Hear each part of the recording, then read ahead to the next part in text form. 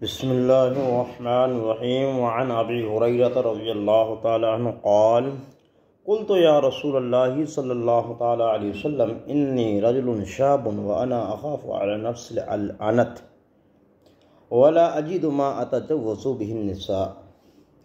حضرت سیدنا ابو ہریرہ رضی اللہ تعالی عنہ سے مروی ہے، فرماتے ہیں کہ میں نے کہا یا رسول اللہ صلی اللہ تعالی علیہ وسلم، میں نوجوان آدمی ہوں اور اپنے نفس پر زنا سے ڈرتا ہوں، یعنی میں جوان آدمی ہوں، مجھے خوف ہے کہیں میں زنا میں نہ مبتلا ہو جاؤں۔ کیونکہ ولا اجد ما اتزوج به النساء، اور میں نکاح کرنے کی قدرت اپنے نہیں پاتا ہوں، یعنی میں نوجوان بھی ہوں لیکن اتنی طاقت نہیں ہے، یعنی کہ میرے پاس اتنا مال نہیں ہے کہ میں نکاح کر سکوں، اس وجہ سے خوف ہے کہیں میں نکاح نہیں کر پاؤں گا، اور جوان ہوں تو کہیں میں زنا میں مبتلا نہ ہو جاؤں۔ کأنہ یستأذنہ فی الاقتصاء، اقراوی کہتے ہیں گویا کہ وہ حضور علیہ الصلاۃ والسلام سے خصی ہونے کی اجازت چاہتے تھے، یعنی سرکار تو اس طرح میں بتاؤں یا رسول اللہ صلی اللہ علیہ وسلم، میں جوان بھی ہوں لیکن نکاح کی طاقت نہیں ہے، مال اتنا نہیں کہ نکاح کر سکوں، تو سرکار سے گویا اشارتاً وہ اجازت چاہتے تھے کہ سرکار مجھے اجازت دے دیں کہ تم خصی ہو جاؤ، تو پھر اس کا خوف ہی نہیں رہ جائے گا زنا کا۔ قال، تو حضرت ابو ہریرہ فرماتے ہیں فسکت عنی، تو سرکار علیہ الصلوۃ والسلام خاموش رہے، کوئی جواب نہیں دیا۔ ثم قلت مثل ذلك، فرماتے میں نے پھر اسی طرح کہا، فسکت عنی، تو سرکار علیہ الصلوۃ والسلام دوبارہ بھی خاموش رہے، کوئی جواب نہیں دیا۔ ثم قلت مثل ذلك، تو فرماتے میں نے پھر کہا، فسکت عنی، تو سرکار علیہ الصلوۃ والسلام پھر خاموش رہے۔ ثم قلت مثل ذلك، پھر کہتے ہیں جب میں نے پھر اسی طرح پھر کہا یا رسول اللہ میں نوجوان ہوں اور میں نکاح کرنے کی قدرت نہیں پاتا ہوں، تو مجھے زنا کا خوف ہے، تو اب اشارتاً کچھ پوچھنا چاہا تو فرماتے ہیں فقال، تو اب آخری میں آقا نے ارشاد فرمایا، قال رسول اللہ صلی اللہ تعالی علیہ وسلم یا ابا ہریرہ جف القلم بما انت لاق، اے ابو ہریرہ، قلم قدرت وہ چیز لکھ کر سوکھ بھی چکا ہے جو تم پانے والے ہو، یعنی قسمت میں جو تمہارے لکھا گیا چکا وہ قلم قدرت نے لکھ دیا اور لکھ کے خوش ہو گیا، اب اس سے کوئی فرق نہیں پڑتا تم خصی ہو جاؤ یا نہ ہو۔ فاقتص علی ذلک او ذر، اب خصی رہو یا رہنے دو، رواہ البخاری، بخاری شریف کی حدیث ہے۔ مطلب حدیث پاک کا مفہوم یہ سمجھ میں آیا کہ اگر نان و نفقہ پر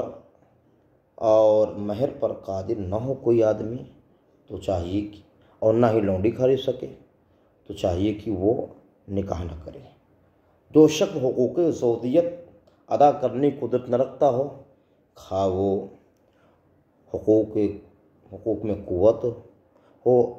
اور قدرت مال، سبھی بات ہے، قوت ہو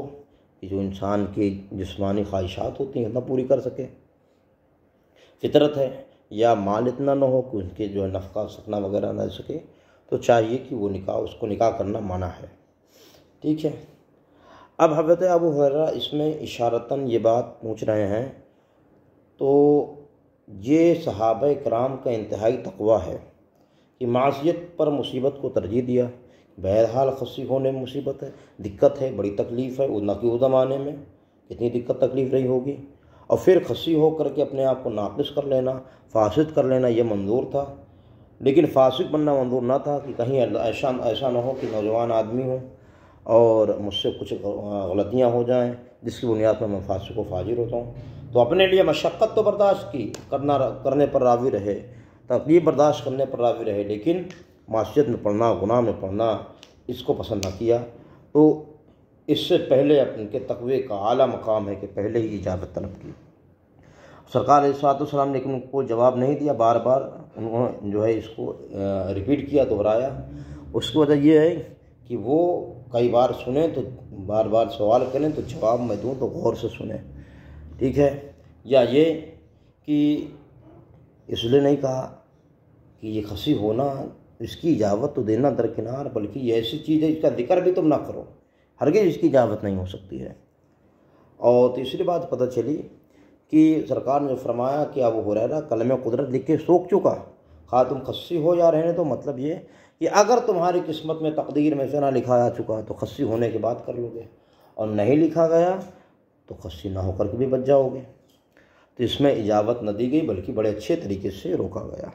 اور کیونکہ خصی ہونا مسئلہ کرنا ہے، یعنی بدن کا بگاڑ دینا ہے، اور مسئلہ اسلام میں حرام ہے، ٹھیک ہے، اور حرام کام کر جگہ بھی حرام ہے،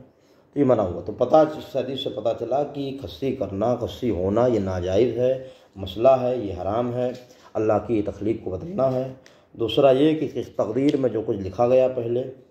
اب وہی ہوگا، یعنی یہ کہ آپ جو کچھ کرنے والے تھے تقدیر نے وہ لکھ دیا، اور جب تقدیر نے وہ لکھ دیا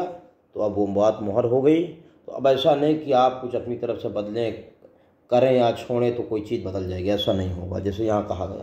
کہ اگر تمہاری تقدیر میں تم کرنے والے ہوگے اور لکھا جا چکا تو کرو گے، خصی ہونے نہ ہونے سے کوئی فرق نہیں پڑتا۔ لہذا ہمیں چاہیے کہ اللہ تعالیٰ سے استغفار کریں، دعائیں کریں، گناہوں سے بچنے کی دعا کریں اور نیکیوں کو کثرت کریں۔ اللہ تعالیٰ توبہ استغفار کی برکت سے، دعاؤں کی برکت سے ہمیں گناہوں سے محفوظ فرماتا ہے اور نیکیوں کو توفیق عطا فرماتا ہے۔ واللہ تعالیٰ عالم بالصواب۔